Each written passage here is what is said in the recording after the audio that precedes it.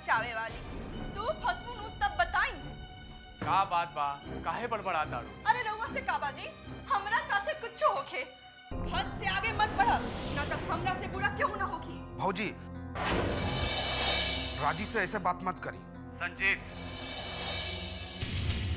अब तू कैसे बात कर रहे बाड़ा अपना भौजी से? भैया रुआ देखत नहीं की भौजी कैसे ताना मारा ताड़ी। और ओकरा से अच्छी नौकरी के खातिर बैठे रहे। बेटी पश्चाताप के आंसू हमरा के माफ कर दो। पर बाबूजी, जब एक बेटा ही हाल में होके तो कर बाप के का हाल हो सकेला। जी बताई विक्रम बाबू के कैसन तबीयत बा? कुछ खास सुधार नहीं के, बस ठीक है बाड़न। बाकी डॉक्टर साहब एगो समस्या बा। जी कहीं? हमरा कुछ समझ में नहीं आवत डॉक्टर साहब। कभी कभी छोटा छोटा बात पर भी इतना गुस्सा करलन कि घर पूरा अपना माथा पे उठा लेवलन, सारा सामान इन्हें उन्हें फेंक देवलन। अब परसों के बाद बा हमार नौकर गिरधारी के माथा फोड़ देला। हमरा तो हर समय डर लगल रहला डॉक्टर साहब कि कहीं कोनो हादसा मत हो जाए। देखी ठाकुर साहब, ऐसा मरीज के ये टाइप के दौरा पड़ेला। ये जब भी वो पहले की याद करे के कोशिश करी या पहल का याद आई तो ऐसा संभव बा। डॉक्टर साहब पर एकर निदान तो होके के चाहिए। पहले भी हम कहले रही कि उनकरा याद दिलावे के कोशिश ना कल जाओ। दूसरा उनकरा साथे साथे कोई के रहे के चाहिए। बाकी उनका साथे हमेशा कोई ना कोई रहता। अगर रहुआ मानव तो एक बात कही डॉक्टर साहब, हम विकी खातिर कुछ भी करे के तैयार बानी। उनकरा के कुछ दिन खातिर मेंटल हॉस्पिटल में भेज देती तो। डॉक्टर साहब,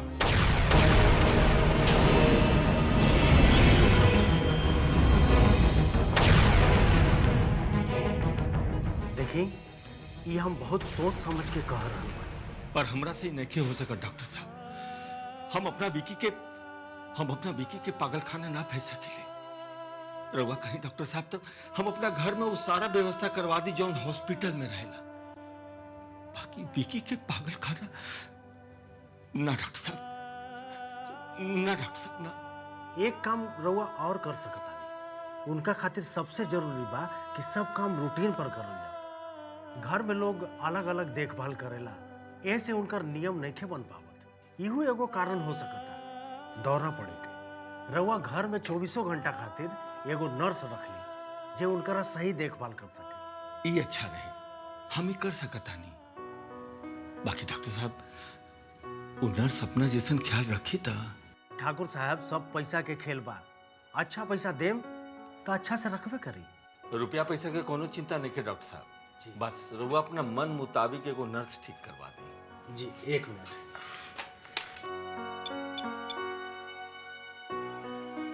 हाँ, पूनम के भेजा, प्रयास कर रहा हूँ। जी हाँ। इनकरा के पहचाना ताड़ू, ये सूरज प्रताप सिंह हो। जी जाना तनी, विक्रम के बाबूजी। ठाकुर साहब प्रणाम। प्रणाम। दरअसल विक्रम के देखभाल करे खातिर 24 घंटा खातिर एगो नर्स चाहिए। तू तनी पता करा तो अपना क्लिनिक में केहू इंटरेस्टेड बा कि ना। रुपया पैसा के कोनो दिक्कत नहीं है, जितना चाहिए उतना मिली। जी हम पूछ के बताओ तनी। ठाकुर साहब, अपने के थोड़ा इंतजार करे के पड़ी। जी ठीक बा, हम बानी।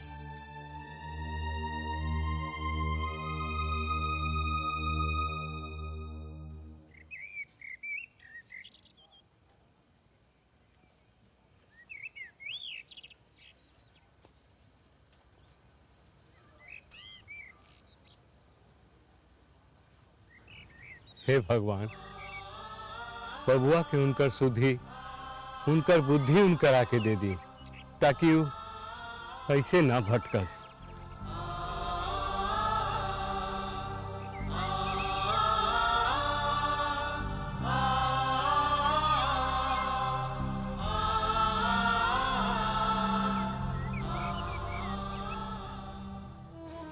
गिरधारी काका, जी बबनी, रउआ उहे देखा तानी जे हम देख रहल बानी। हम तो बस यह देख रहल बानी कि हमार बबुआ भुला गइल बाड़न और वो अपना आप के खोज भी रहल बाड़न। काका, हमसे भैया की हालत देखल लेके जा, पता न काहे भगवान ही सजा हमका के दिले बाड़न। भगवान सजाए उनका नहीं के देले, हमनी के देले बारन। तू तो सब कुछ भुला के अपना आप में बारन। ठीक है कहा तानी काका, भगवान सजा हमने के दिले बाड़न, पर उनका माध्यम से यह बात के तो दुख बा।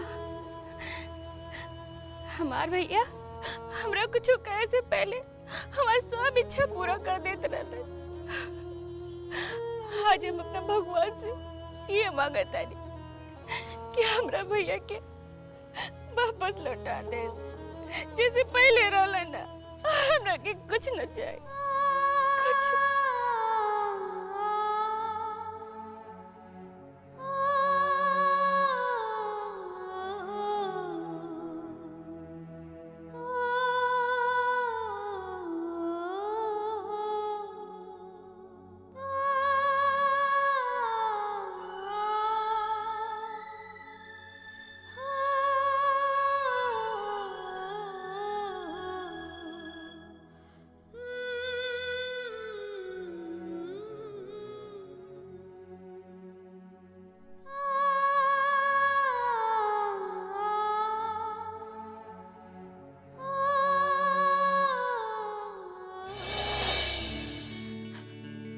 अरे का बात बा?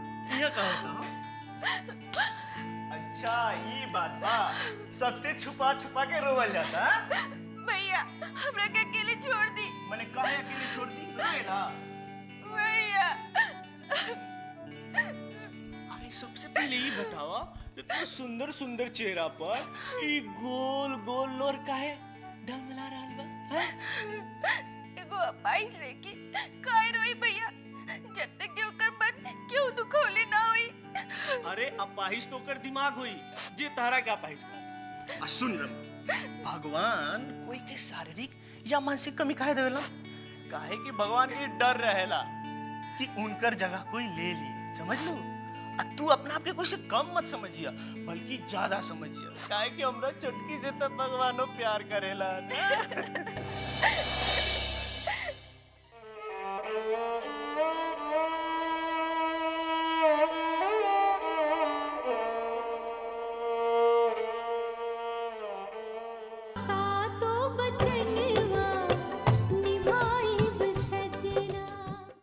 एक बात के ध्यान रहे, उनकरा के जबरदस्ती कुछ याद दिलावे के कोशिश ना कल जाओ। रौरा कुछ ट्यूशन काहे नहीं के पढ़ा? इच्छा तो हमरो रहे, बाकी आंख धोखा दे रहा। आवा पुनः आवा। का भाई, क्यों बात बनल? जी ना, हम सभी नर्स से बात कर लेनी हा, बाकी केहू तैयार ना भइल। सभे के 8-10 घंटा वाला नौकरी चाहिए, 24 घंटा घर से बाहर कोई तैयार नहीं है। अरे हमरो घर में रहे से के कोनो दिक्कत ना होगी, एकदम उनकरे घर ऐसा फैसिलिटी मिली। जब चाहिए छुट्टी लेकर अपना घर जा सके। बाकी तू ये बतैलू है ना कि पैसा भी मन चाह मिली? जी, सभी नौकरी करेगे तो चाहता, बाकी अपना घर से। अका तू चबू हमरा घरे रह के बिकी बबुआ के देखभाल करे खातिर? माफ करम ठाकुर साहब, हमरा कुछ मजबूरी बा। अब का उपाय बा डॉक्टर साहब? ठाकुर साहब चिंता मत करी, कौनो न कौनो इंतजाम हो जाए। तू सबके बता दो, कौनो अच्छी लड़की मिले तो हमरा के फौरन बताओ। जी डॉक्टर साहब। ठीक बा। प्रणाम ठाकुर साहब। प्रणाम। अब कुछ करी डॉक्टर साहब, हम अपना बबुआ विकी के और ज्यादा परेशान नहीं देख सकत। हम राउर दुख समझ सकता नहीं ठाकुर साहब। हम चाहता नहीं कि जल्द से जल्द एगो देखभाल करे खातिर लड़की राउर घरे भेज सके। जी धन्यवाद, हमरा रउआ पर पूरा भरोसा बा। अच्छा अब हम चलता नहीं। तत्काल जब तक केहू मिल नहीं के जात, एक बात के ध्यान रहे, उनकरा के जबरदस्ती कुछ याद दिलावे के कोशिश ना कल जाओ, और समय समय पर दवा दियात रहे। बाकी भगवान पर भरोसा रखिए, केहू ना केहू जल्दी मिली। जी अच्छा, प्रणाम।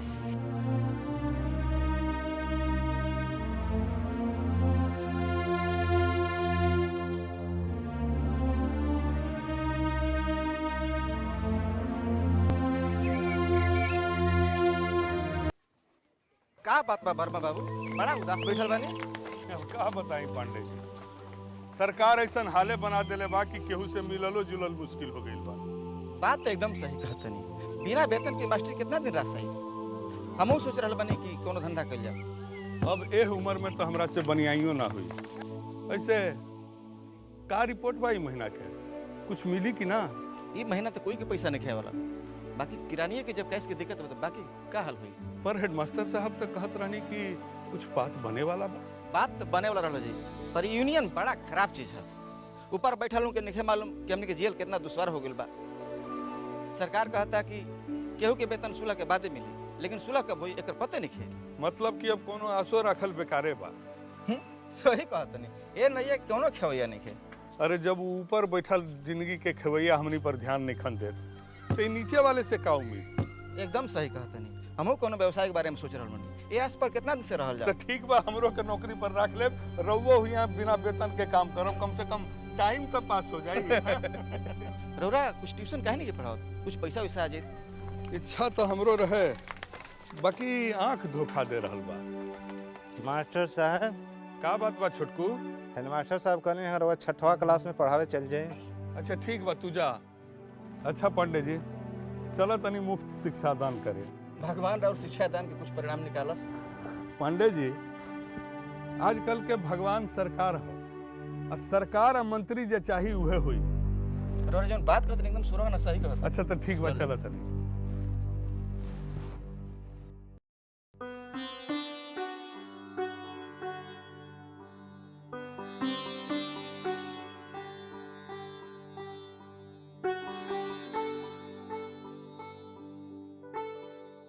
अरे ऐसा का बा बाबूजी पेपर में जितना ध्यान से पढ़ता नहीं? अरे बेटा, आजकल के अखबार में खास कहाँ होला, वो है चोरी डकैती हत्या रंजिश, ये सबसे अखबार भरल रहेला। तब इतना ध्यान से का पढ़ता नहीं? अरे बेटा, एगो फिल्म आयल बा चक दे इंडिया, उमें लड़कियन सबके अपना राष्ट्रीय खेल हॉकी में विश्व विजेता बनत दिखावल गइल बा। हम सोचा तानी कि ये सब लड़की भी जरूर वर्मा बाबू बेटी जैसन हिम्मती हुई हैं सब। तनुजा, अरे वो तो ये सब लड़कियन से ज्यादा हिम्मती बिया बाबूजी। अच्छा, वो कैसे बेटा? जी हमार मतलब ही रहल कि अरे ली डाकिया आ गई। प्रणाम आदे बाबू। प्रणाम प्रणाम। कैसन चिट्ठी बा? कोनो रजिस्टर बा राज बाबू के नाम। हमरा नाम के?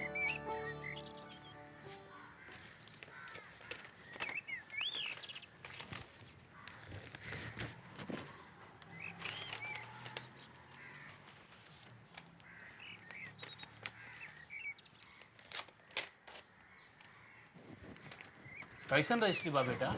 देखा तारी बाबूजी।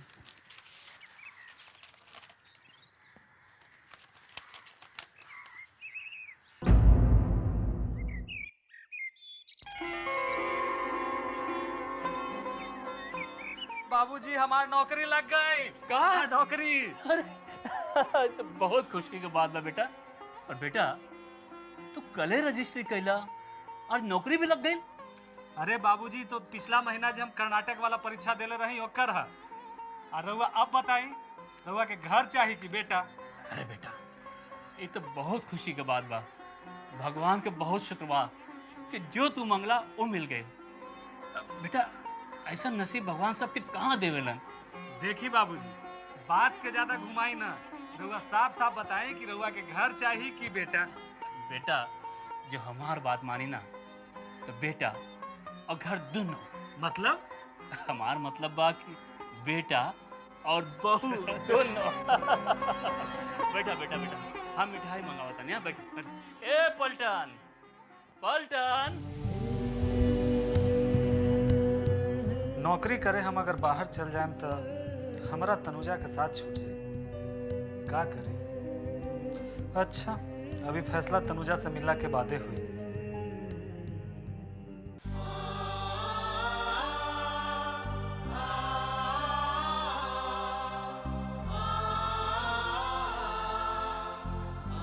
मलकिनी मलकिनी, मलिका आ गई। मलकिनी का भइल? का कहलन डॉक्टर साहब? बताए ना का कहलन डॉक्टर साहब? वो तो कहलन की का बिकी बबुआ के पागल खाना में भेजता। का बाकी हम का देनी कि ना हमरा जीते जी हमार बेटा पागल खाना में ना जाए न। फिर कहलन की एक ठो नर्स के इंतजाम कर लीजिए, 24 घंटा का देखभाल कर सके, समय पर दवा दारू कर सके। रउआ नर्स के इंतजाम कर देनी ना। अरे 24 घंटा ही घर में रहे वाला नर्स कहाँ मिलता? यो कहलन की बिकी बबुआ के जबरदस्ती कोनो बात याद ना दिलावे के, उनका के फिर से दौड़ा पड़ सकेला। हे भगवान, हमार बिकी बबुआ के देखभाल करे वाली लड़की कभी घर में आई, कभी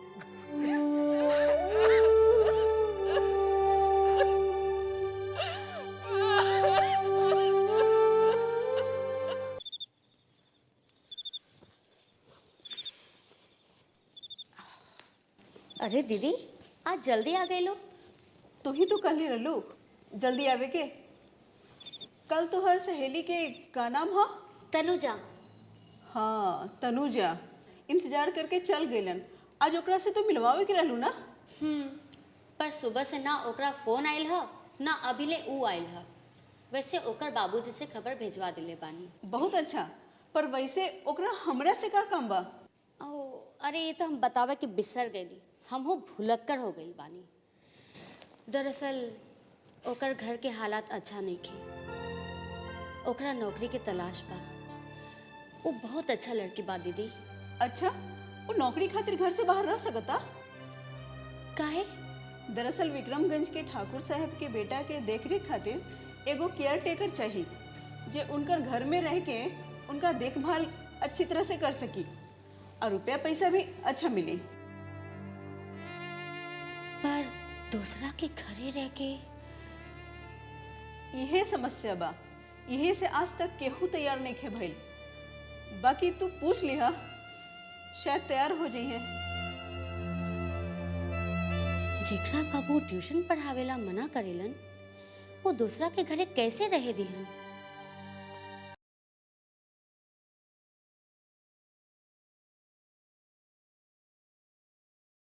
का बात बा बबनी, का सोचा तारू? कुछ नहीं काका, बस ऐसा ही। इला हम तारा के तोहार कमरा में से खोज के आवतानी, आ तू हिया बैठल बाड़ू। अकेले रह के आदत जी पड़ गए बा काका। भैया ठीक रहलन तब बात कुछ और रहे, पर अब तक देखा बेटी, ये सब अकट बखेर बात दिमाग से निकाल जा, तू जाके सूत जा। काका हम अकट बखेर ना सोचे तानी। तब का सोचा तारू? ई सब जौन घर में भइल हा वो ठीक ना भइल हा। ओहो, बूझ गई। देखा बेटी, जहाँ 10 गो बर्तन रही तो आपस में तनी लड़बे करी। काका हम लोग आदमी हैं सन, बर्तन नहीं हैं। आदमी के चाल तक बर्तनों से खराब होला, कबो कबो तो बिना बात के आपस में लड़ेला। तू चिंता जिन कर, ई दूध पीला और जाके सूत रहा। हमरा के बबुआ लगे जाए के बा, ठीक बा? चिंता के बाद तब बा काका, बाबूजी के परेशानी दिन पर दिन बढ़ल जाता। हम का करी?